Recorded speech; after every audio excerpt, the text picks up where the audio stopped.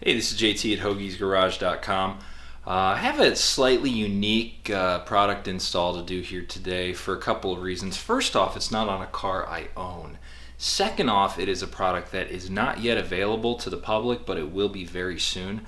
Normally, I'm doing stuff on the Impala here, my Subaru, my wife's Sonic, that sort of stuff, just different things. But what I have in the garage today is a 2013 Chevy Cruze Eco. Now, if you don't know about the Eco, it's the one that has the smaller gas tank, the active grille shutters, and this one does have a manual, and it's right here.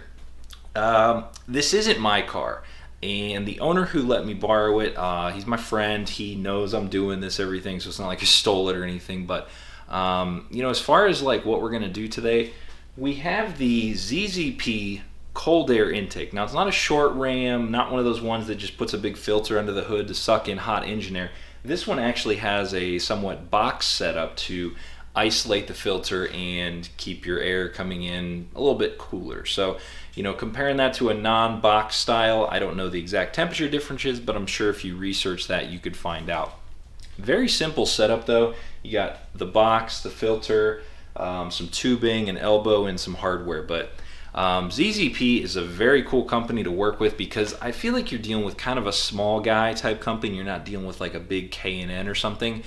And what's cool about that is they make stuff though that rivals the big guys, if not better. So check out zzperformance.com for release dates and things on this. I'm not sure when it's coming out. They have an intake now for the Cruze that is it doesn't have the box, but this one is pretty much right hot off the line. So gonna get you an install video here, show you how it all works. And as far as like a driving impression goes, I'll give you my best guess on the difference because I drove it over here like 20 miles, and I can kind of tell how it drives. But overall, this is gonna serve mostly as install and obviously a product recommendation so far for ZZP, because judging by what they sent me in the box, it's pretty legit so far. So check them out. In the meantime, I'm going to get going here on this and show you step by step how to do this. I'm going to film this in a few different segments here, but right now I'm sort of, we'll say, off tripod to show you my first steps, what I'm going to do.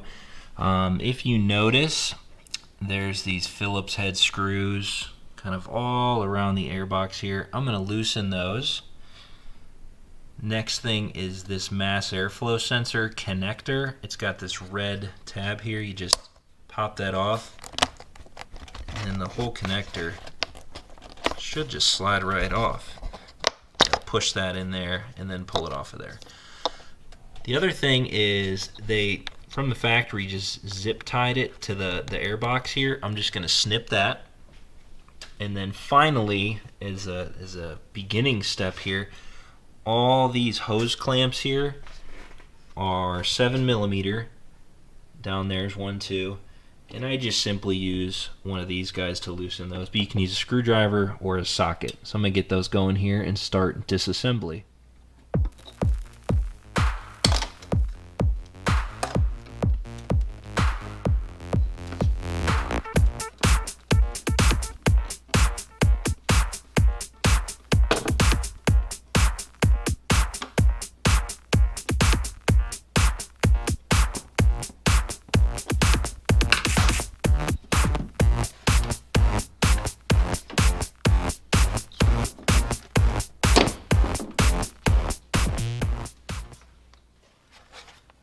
This is the top of the airbox here. You're going to want to save this and not just toss it on the ground.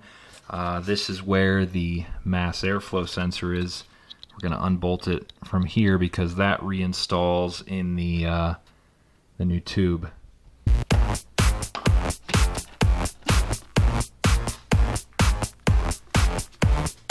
Just for purposes of looking at it, somewhat of a flexible, slinky-like tube.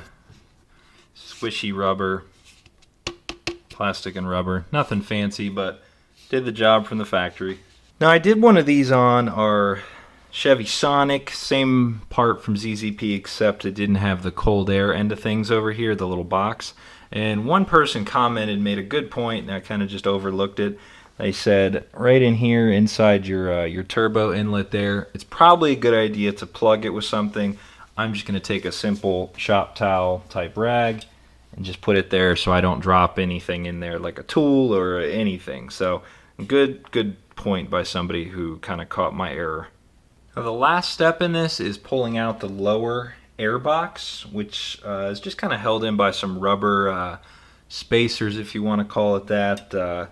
And there's a tube hooked up to it right here, which I'm going to disconnect as well.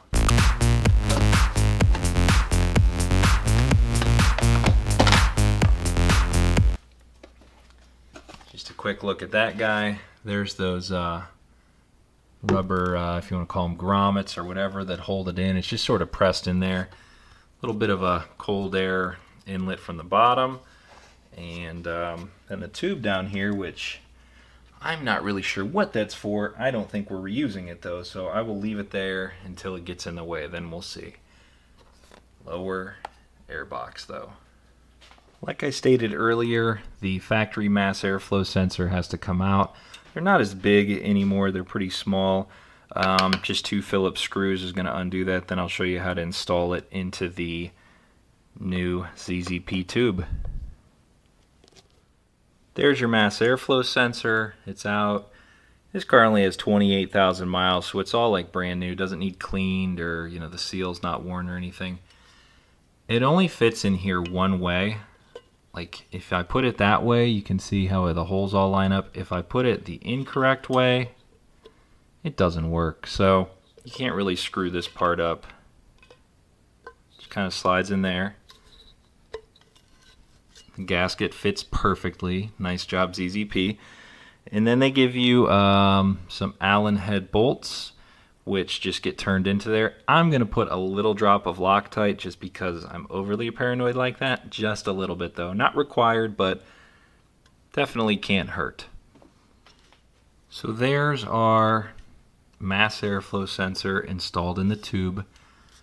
Make sure you don't gorilla torque these, just put enough so they're snug, and make sure you pull it up evenly, as in little bit, little bit, little bit. Don't tighten one side by itself. And there you can see it in there. The tube actually has kind of a liner in there, and our Sonic intake had the same thing, but it was plastic. This one's got, looks like some aluminum in there or something, but you can see it, that's in there. Very nice piece though. If you look at the welds here, it's all real clean. It's a nice piece. Crinkle black. Much more solid than the factory slinky tube I showed you. So for the airbox to bolt on, there's a few places, actually 3 to be exact. Right through this little eyelet here, it's going to go into this bolt that actually holds the headlight on. And that just is the 7mm little driver I used to take the hose clamps off. Seems to fit fine. Double check that though, it just fit, and this wasn't that tight. So I'm going to take that off and then test fit the ZZP box here. Alright, so I did my test fit here, and I wanted to show you this couple little things here. That's where that top screw is going to line up right there.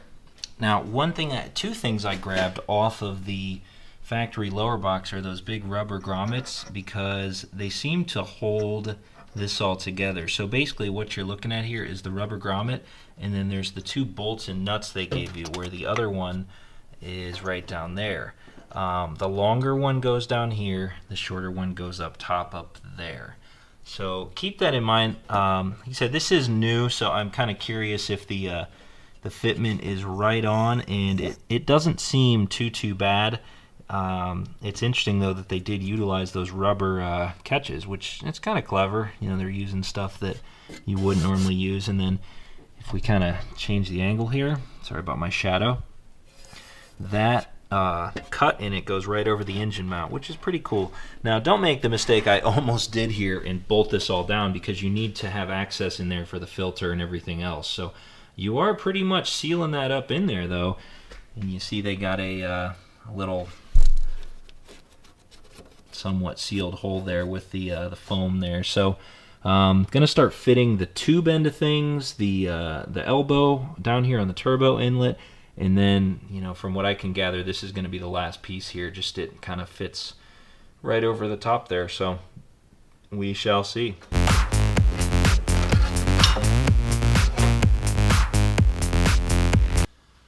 Alright, so as you can see, I've got clamp, elbow, clamp, tube, mass airflow's outside.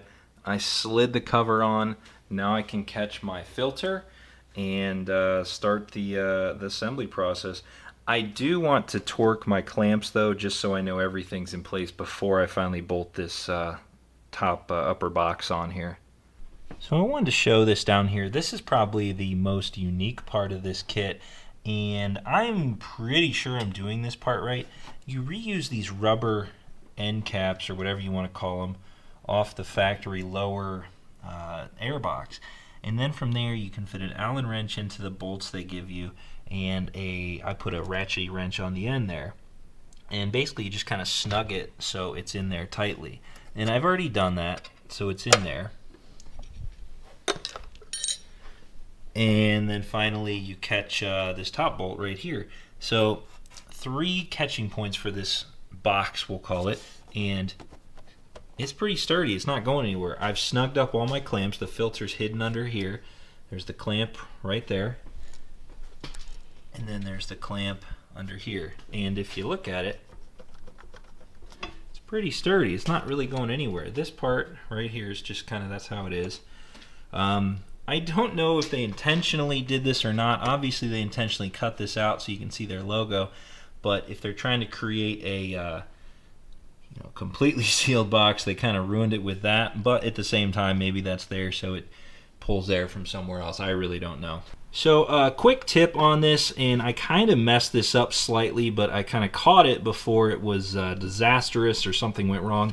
This tube goes on a certain way, and the instructions that are going to come with it will tell you the right way, but just make sure your mass airflow clip down here, make sure the clip is going the way it was from the factory. I had it backwards at first and it just didn't work right at all, so make sure that tube bends the correct way, and the plug is right side up there. Okay, so this seems weird because this is like a quick cut from putting this on to coming back here. The cruise is back. It's been like how many weeks? 4 weeks, roughly 500 miles of driving. And I did say this was the Eco model. It roughly, give or take, anywhere from 2 to 4 mile per gallon loss. And it's really, I don't know, it's tough to say because the car wasn't driven enough to get a good benchmark, but I'm going to say you'll lose a couple mile per gallon by doing this, especially being the Eco. So that's going on with it, but overall, no major driving issues.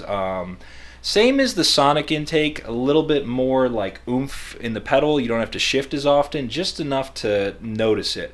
Not huge gains by any means, but at the same time, you will notice it, and you definitely hear it. It's definitely a noticeable noise difference. So just kind of checking up on it here, checking the clamps and that sort of thing. I just wanted to kind of give you a little look over on it, and then we'll kind of start it up so you can hear the sound of what this sounds like after the intake is installed.